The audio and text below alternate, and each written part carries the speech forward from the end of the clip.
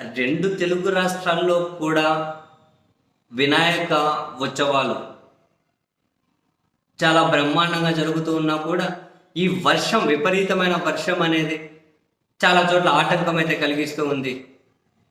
ఈ క్రమంలో ఈరోజు విజయవాడలోని రాణిగారి తోట ఆ వినాయకుడి మండపానికి వెళ్ళి, విజయవాడలోని రాణిగారి తోటలో ఒక వినాయకుడి మండపానికి వెళ్ళి అక్కడ వినాయకుడికి తొలి పూజ చేయాల్సినటువంటి మాజీ ముఖ్యమంత్రి వైఎస్ జగన్మోహన్ రెడ్డి గారు ఈ విపరీతమైన వర్షం వల్లనే తన పర్యటన కూడా రద్దయింది. రైతైతే ఇక వైఎస్ఆర్ కాంగ్రెస్ పార్టీ ఆఫీస్లోనే ఏర్పాటు చేసినటువంటి వినాయకుడి మండపంలో, వినాయకుడి విగ్రహం ముందు, వినాయకుడి ముందు జగన్మోహన్ రెడ్డి గారు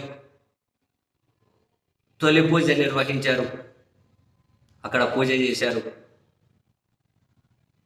విజయవాడకు సంబంధించినటువంటి వైసీపీ సీనియర్ నేతలందరూ కూడా ఈ కార్యక్రమంలో పాల్గొన్నారు. యాక్చువల్గా ఈరోజు ప్రొద్దున జగన్మోహన్ రెడ్డి గారు రాణిగారి తోటకు వెళ్ళాలి. విపరీతమైన వర్షం వల్ల అది రద్దయిపోయింది. సో పార్టీ కార్యాలయంలోని గణనాథుడికి పూజ చేశారు.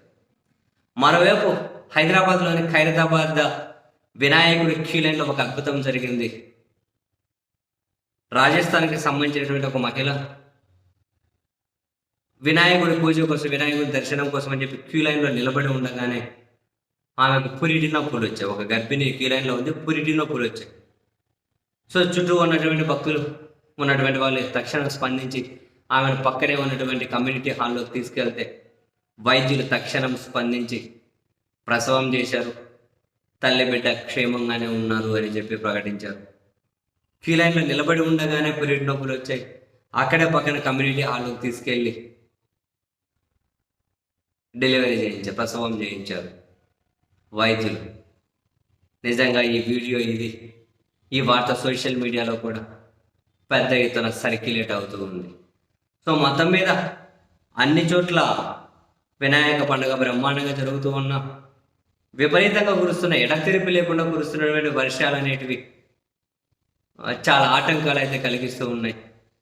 మరి ముఖ్యంగా వ్యాపారుల దగ్గర నుంచి